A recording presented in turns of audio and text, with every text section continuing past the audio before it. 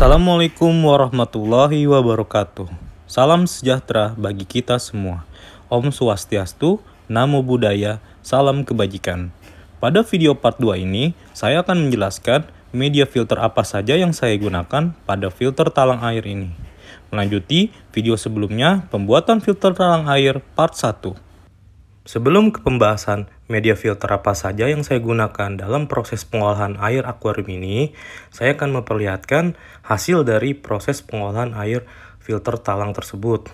Nah, inilah bisa kita lihat airnya jernih, terus tidak berkabut, tidak berlumut, dan ikan pun terlihat sehat dan ceria. Bisa kita lihat ya, butiran-butiran oksigen yang ada di akuarium ini terlalut dengan sempurna. Nah, itu yang butiran-butiran itu butiran oksigen ya, bukan butiran kotoran dari ikan. Nah, oke, langsung saja kita ke dalam pembahasan media filter yang saya gunakan dalam pengolahan air akuarium ini. Nah, di sini kita mulai dari pompa akuarium ini ya. Pompa akuariumnya itu menyedot air dan mensuplai air ke atas filter. Nah, untuk media filter yang gue gunain ini terbagi menjadi dua bagian ya. Yang pertama itu untuk filter mekanis di bagian atas, di bawah itu filter biologis dan kimiawi. Nah, ini kenapa gue tutup? Karena di dalamnya itu ada lampu UV. Karena menurut informasi, lampu UV itu tidak baik untuk kesehatan mata ikan atau mata manusia. Jadi gue tutup. Filter mekanik atau filter mekanis adalah sebuah alat untuk memisahkan material padatan dari air secara fisika dengan cara menyaring material-material tersebut atau kotoran-kotoran ikan. Prinsip kerja filter mekanis ini adalah melewatkan air kolam atau akuarium melalui saringan sehingga kotoran tersaring dan hanya air saja yang lewat dari saringan ini. Maka dari itu, menurut saya, chamber filter mekanis dan biologis wajib terpisah. Karena kelebihannya yang pertama adalah memaksimalkan sistem penyaringan. Jadi filter tidak tercampur dengan air. Dan yang kedua adalah mempermudah proses pembersihan. Jadi tinggal diangkat dalam posisi kering, lalu dibilas, dicuci, filter kembali bersih kembali. Dengan demikian, air lebih merata mengaliri lapisan-lapisan media filter yang terdapat pada filter mekanis ini. Lapisan filter mekanis yang pertama adalah busa main.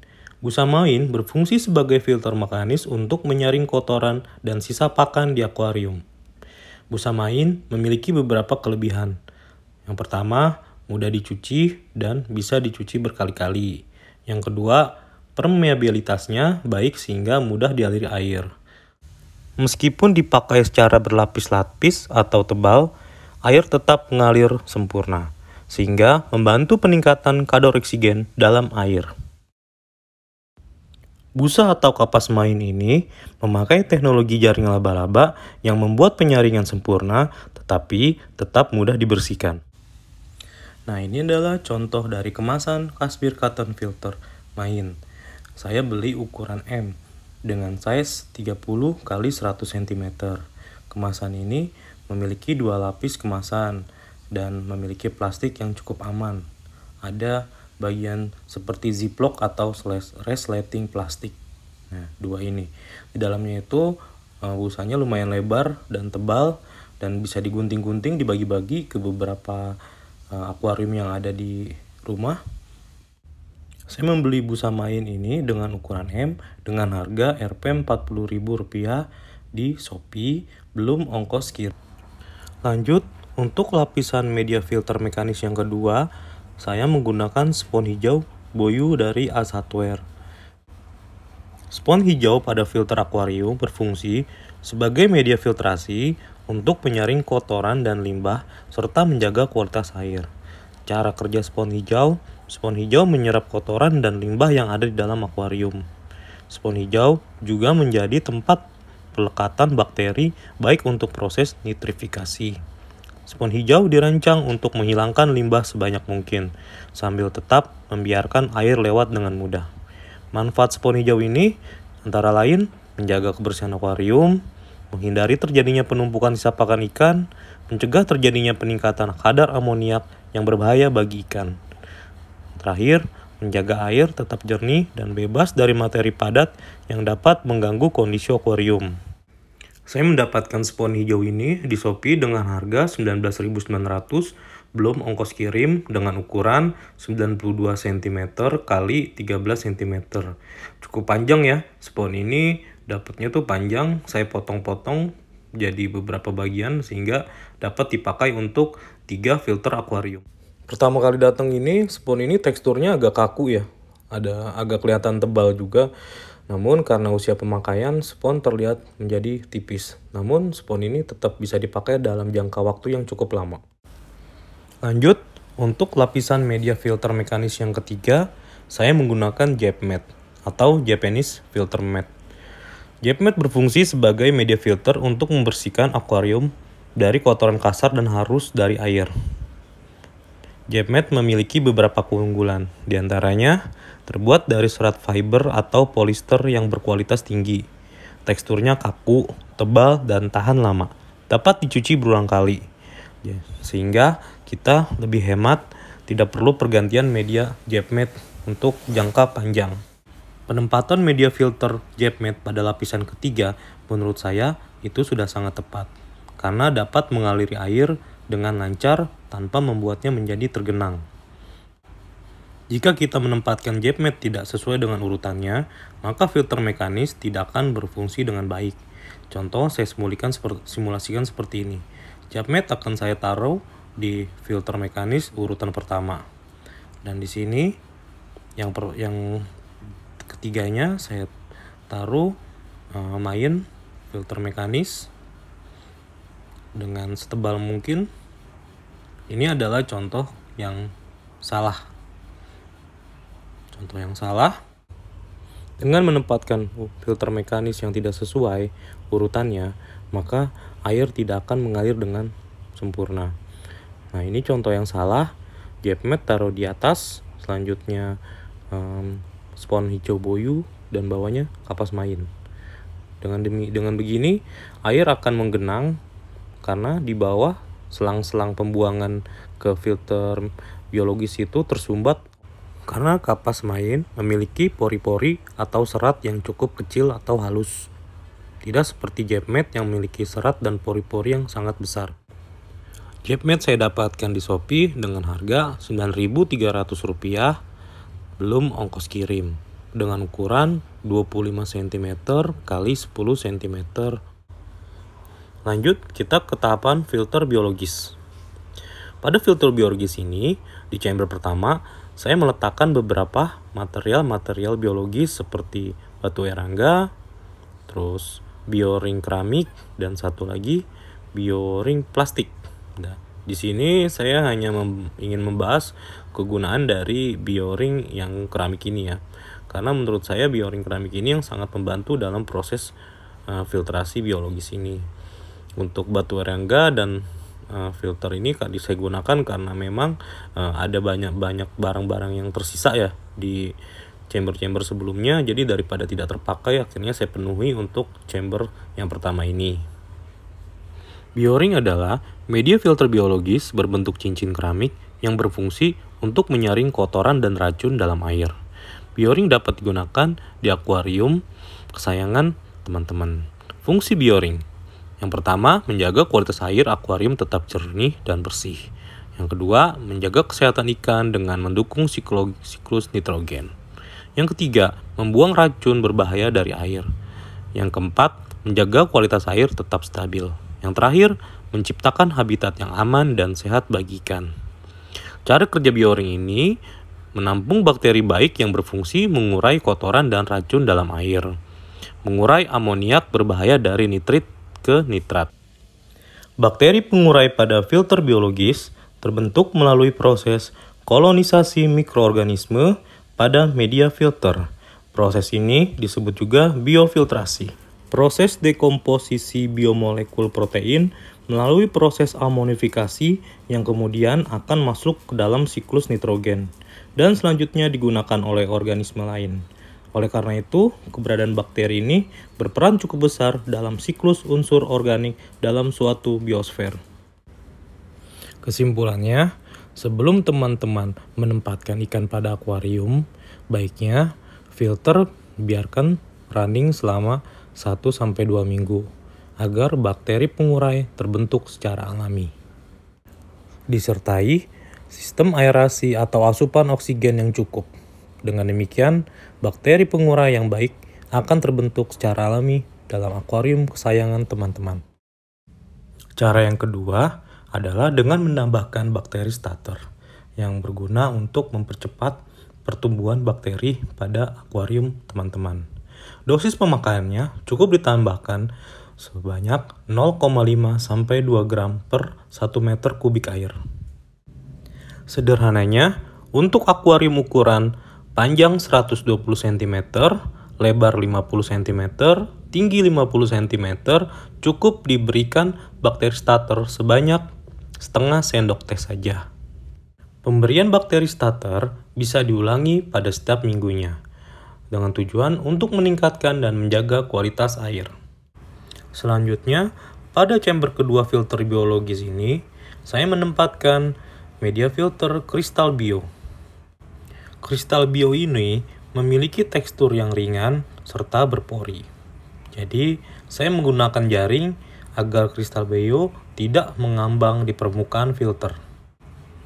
Crystal Bio adalah media filter biologis yang berfungsi sebagai rumah bakteri pengurai amoniak dan nitrit menjadi nitrat. Crystal Bio dapat digunakan untuk menjernihkan air akuarium sejernih kristal.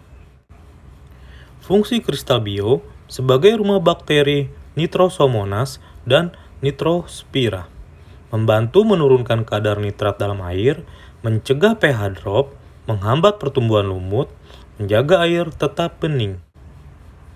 Keunggulan dari Crystal Bio memiliki pori-pori yang lebih banyak, lebih ringan, tidak menghasilkan zat alami yang bisa merusak kualitas air, memiliki permukaan 10 kali lipat lebih luas dibandingkan media filter yang lain.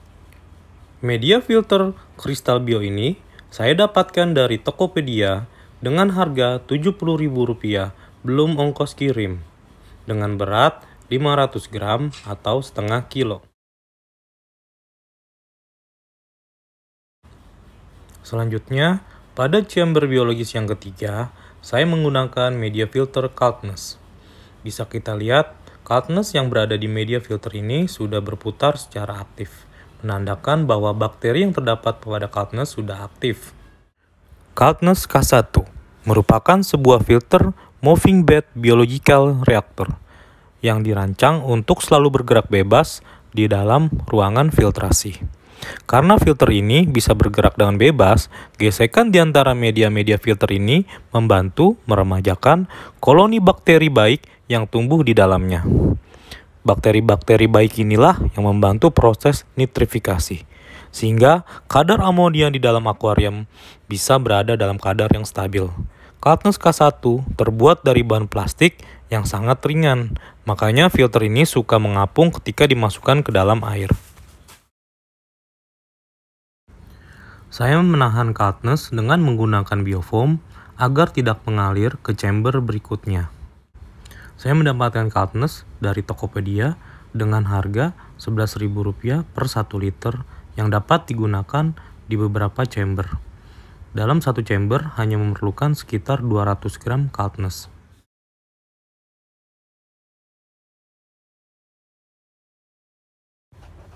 Lanjut, pada chamber keempat ini terdapat lampu UV yang berperan sebagai filter kimiawi. Lampu UV ini ukurannya sekitar 20 cm dengan daya 9 watt dengan merek Yamano. Lampu UV untuk akuarium berfungsi untuk menjaga kualitas air agar terhindar dari alga, bakteri, virus, jamur, dan protozoa. Lampu UV juga dapat menggantikan sinar matahari dan menstabilkan suhu. Manfaat lampu UV untuk akuarium: yang pertama, menjaga air akuarium tetap jernih dan sehat. Yang kedua, mengendalikan pertumbuhan alga dan patogen. Yang ketiga, menjaga kualitas air yang optimal bagi ikan dan organisme akuatik lainnya. Yang keempat, menekan risiko terjadinya penyakit dan masalah kesehatan pada ikan. Yang terakhir, mengurangi biaya perawatan akuarium yang disebabkan oleh lumut atau alga. Saya akan menunjukkan video akuarium saya yang terkena alga atau patogen sebelum memakai lampu UV. Akuarium terlihat hijau, kusam, dan tidak jernih. Ikan pun terlihat tidak ceria, tidak sehat, dan malas bergerak dan tidak aktif. Nah, inilah penampakan akuarium yang terkena alga atau patogen. Ikan cenderung berada di dasar akuarium.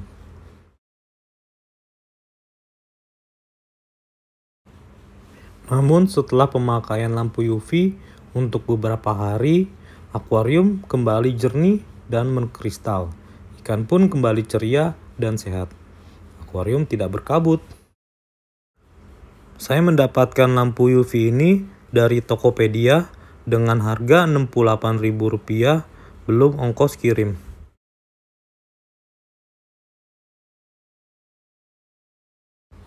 Dan yang terakhir, pada chamber kelima, saya menggunakan batu zeolit sebagai filter kimiawi.